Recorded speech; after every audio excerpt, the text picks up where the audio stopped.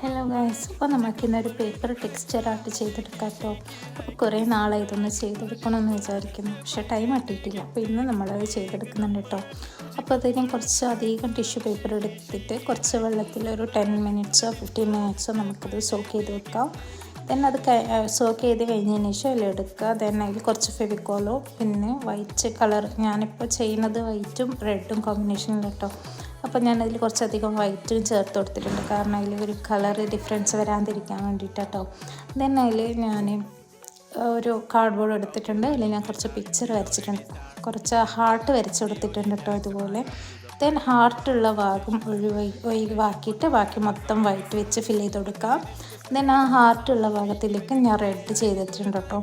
അപ്പോൾ റെഡ് ഞാൻ ഫിൽ ചെയ്ത് കൊടുത്തിട്ടുണ്ട്. കാണാൻ കുറച്ച് എളുപ്പമാണെന്ന് തോന്നിയിട്ടുണ്ടെങ്കിൽ കുറച്ച് അധികം സമയം ഇരുന്നിട്ട് കേട്ടോ ഇതിങ്ങനെ ഫിൽ ചെയ്ത് കൊടുക്കുന്നത്. അപ്പോൾ ഇഷ്ടപ്പെട്ടെങ്കിൽ അറിയിക്കാം.